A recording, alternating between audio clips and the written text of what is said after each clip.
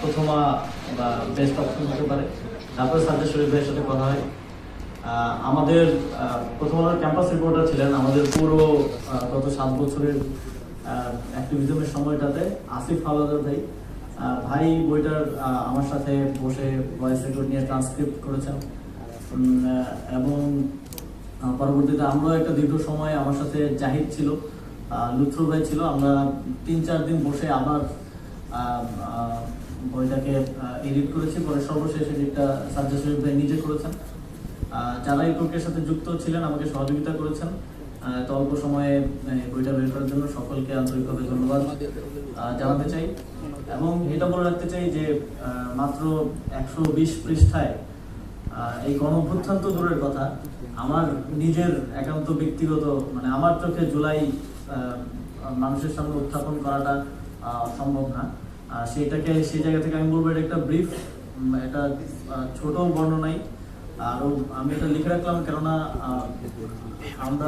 আমি যাতে ভুলে না যাই, আরো ভবিষ্যতে সময় পেলে এটা পরবর্তী এই সময় রেখাগুলো ধরে ধরে আরো ডিটেইলগুলো লিখতে পারবো, আপনাদের সামনে উত্থাপন করতে পারবো।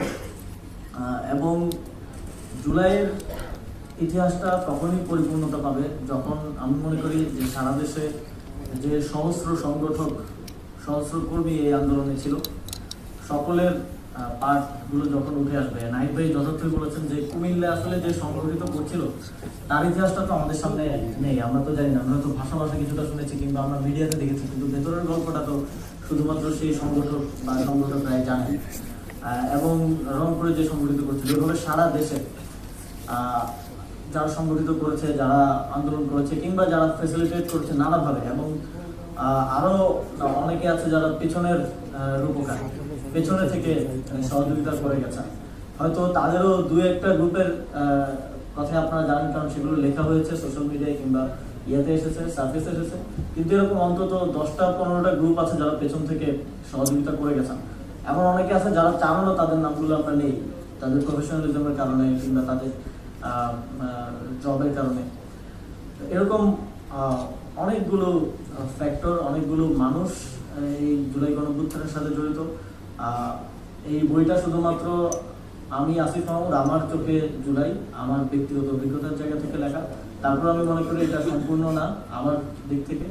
এবং জুলাই গণঅভ্যুত্থানের আমি প্রত্যাশা রাখবো এবং আহ্বান করব যারা জুলাই গণঅভ্যুত্থানে যেভাবেই সম্পৃক্ত ছিলেন সবাই আপনাদের পাঠটা লিখবেন, যাতে করে আমরা অন্তত